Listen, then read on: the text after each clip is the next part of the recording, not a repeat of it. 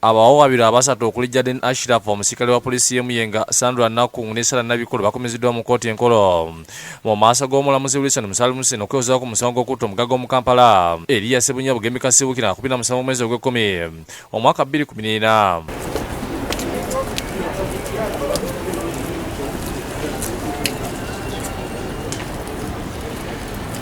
Olubalala bw'ababiri ababiri okuwa obujulizi bwabwe okwewoza ku musango guno ne beegaana. Omusango guno olwaleero Nnamwandu Kasiiwukira nga Sara Nabikulu awadde obujulizi bwe yeegaanira ebyokutta bba bwe yali ayagala ennyo nga taata w'abaana be. Ategeeza nti kituufu balinamu obutakkaanya mu bufumbo bwabwe olubalala bw'okufunayo omuwala naye ndira mu mpeta wabala oluvannyuma baategeeragana.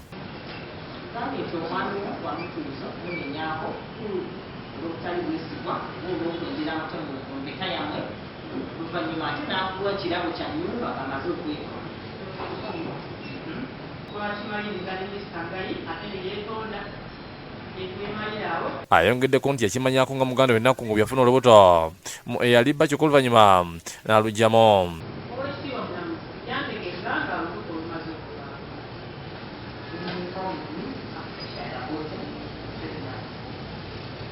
She informed you it was your husband's pregnancy. And your husband chased Sandra from the house.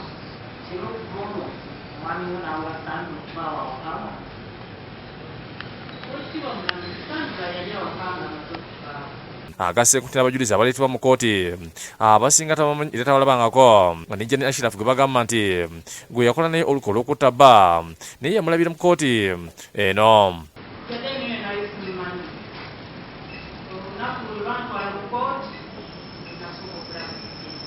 Ku ky'okuteeka ensimbi mu luko olw'okutta bba ategeezezza omulamuzi ngo yali omukyala akuuma awaka nga n'obukadde obugerwako yali talina gy'ayinza kubuggya. Oluvannyuma omulamuzi ayisibwa puliida n'abawabi ba gavumenti ne bayingira mu kisenge obutakkiriziddwa bannamawulire. The application tukoze mu chambers. Omulamuzi n'akola summons bayite OC wa prisons omukyala yayogerwako mu bujulizi ajja kubeera n'okusaa 3 n'ekitundu kooti ebiwulire bijja kubeera mu kooti y'omulamuzi naye nga final submission zijja kubeera nga 22. Omusango guddamu nga 22 omwezi guno. Joseph Innocent Senfuma yakusakidde eggulu eno ku lwa Bukedde TV.